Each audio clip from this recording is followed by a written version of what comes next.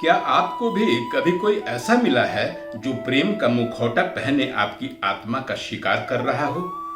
जैसे उसके साथ रहते आपकी अपनी आंतरिक चमक, आपका आत्मविश्वास, आपकी पहचान धुंधली होती महसूस होने लगे, बिल्कुल ग्रहण की तरह। इसे ही मनोविज्ञान में एनपीडी यानी नार्सिसिस्ट पर्सनालिटी डिसऑर्डर कहते हैं। ये होते हैं आत्ममुग्ध व्यक्ति जो नार्सिसिज्म के ब्लैक होल की तरह होते हैं, जो सामने वाले की एनर्जी और कॉन्फिडेंस को सोख लेते हैं। नमस्कार, मैं गजेंद्र। अंतर यात्रा के आज की प्रस्तुति में स्वागत है मित्रों। आज हम जानेंगे कि आजकल के इस भौतिकतावादी जमाने में कैसे लोग हमें यूज करते हैं अपनी बेनिफिट के लिए। वो हमारी तारीफ करते हैं और फिर हमें मजबूर कर देते हैं कि हम अपनी बाउंड्री तोड़ के उनके नजदीक चले जाएं और फिर वे हमारा यूज करने लगते हैं। कैसे?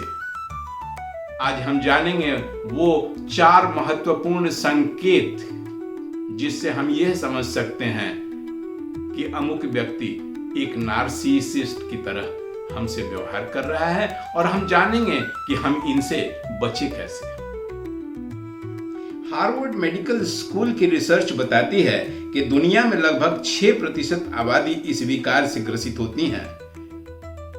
तो चलिए जानते हैं वे 4 सूक्ष्म और वैज्ञानिक संकेत जो आपके किसी करीबी के असली चेहरे को बेनकाब कर सकते हैं। पहला, प्रेम जाल और वास्तविकता का कत्ल।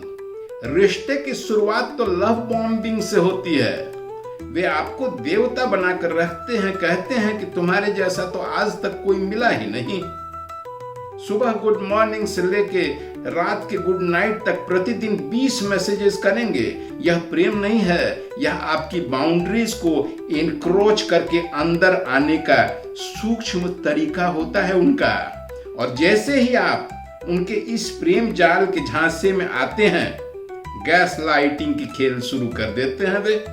यह शब्द 1944 की एक फिल्म से आया था, गैस लाइटिंग, जिसमें अपराधी अपनी पत्नी को पागल कर देने के लिए कमरे की रोशनी डिम कर देता था, कम कर देता था, और फिर मुकर जाता था कि ऐसा कुछ नहीं है, तुम्हें वहम हो रहा है।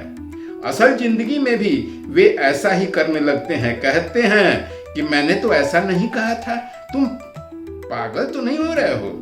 और धीरे धीरे पुख्ता सबूत होने के बावजूद आप खुद के निर्णयों पर, याददाश्त पर, व्यक्तित्व पर शक करने लगते हैं। दूसरा संकेत, संवेदन शून्यता और सहानुभूति का अभाव। उनकी आंखों में कोई सहानुभूति नहीं होती, ना ही उनके पास वह संवेदना ही होती है जो आपकी भावनाओं को तवज्जो दे सके।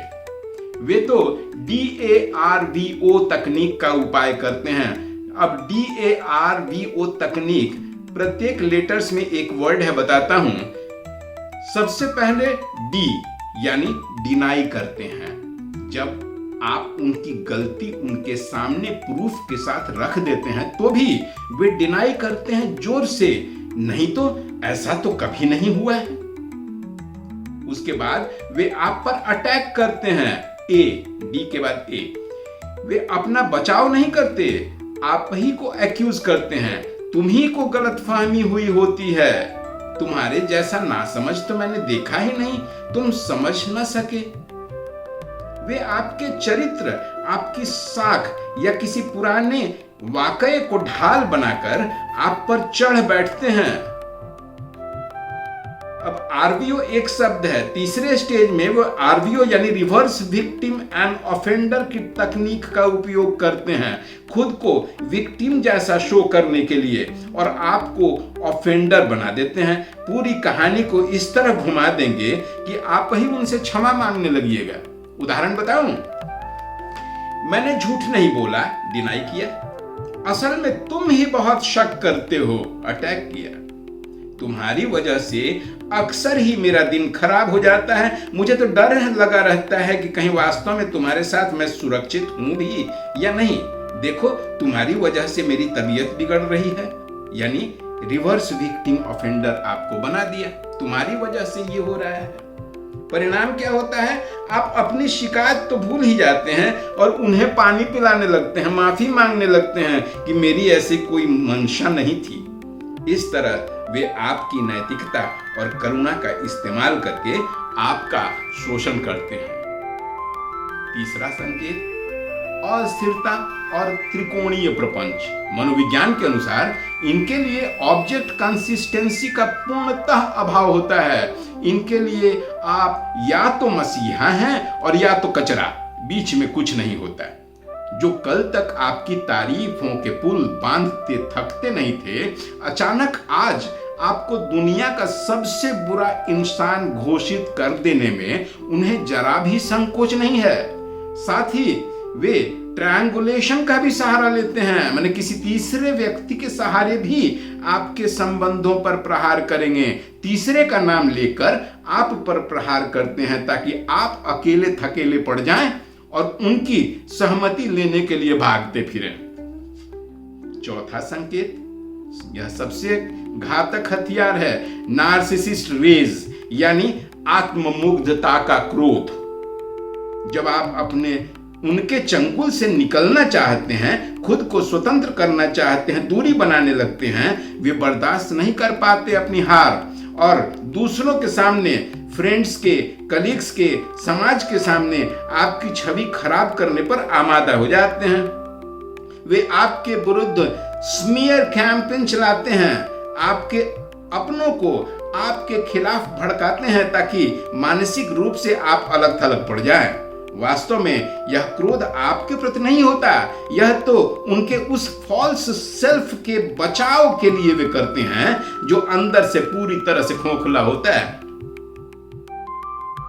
अभी तक यदि यह वीडियो आप देख रहे हैं, बने हुए हैं, तो जरा ध्यान से पहचानिए, आप किसी एनर्जी वैम्पायर के साथ तो नहीं रह रहे हैं। आप उन्हें सुधार नहीं सकते हैं, उनका इलाज आपके पास नहीं है, इसलिए इनसे बचना ही एकमात्र विकल्प है। दूर हो जाएं। अपनी एनर्जी, शांति और अपनी चेतना की रक्षा करना स्वार्थ नहीं होता, यह हमारा परम धर्म होता है। एक नार्सिसिस्ट को केवल प्रोफेशनल थेरेपी ही बदल सकती है। आपकी करुणा और त्याग तो सिर्फ आग में घी का ही काम करेगी। आज की यह प्रस्तुति कहीं आपको बेचैन तो नहीं कर दी? कोई बहुत नजदीकी जिसके साथ आप बहुत समय बिताते हैं आपकी रडार पर नार्सिसिस्ट के रूप में तो नहीं उभर रहा है? होल्ड कीजिए, ठीक से विवेचना कीजिए, इन 4 लक्षणों को फिर से देखिए और पहचानिए, कहीं आप किसी के चंगुल में तो नहीं।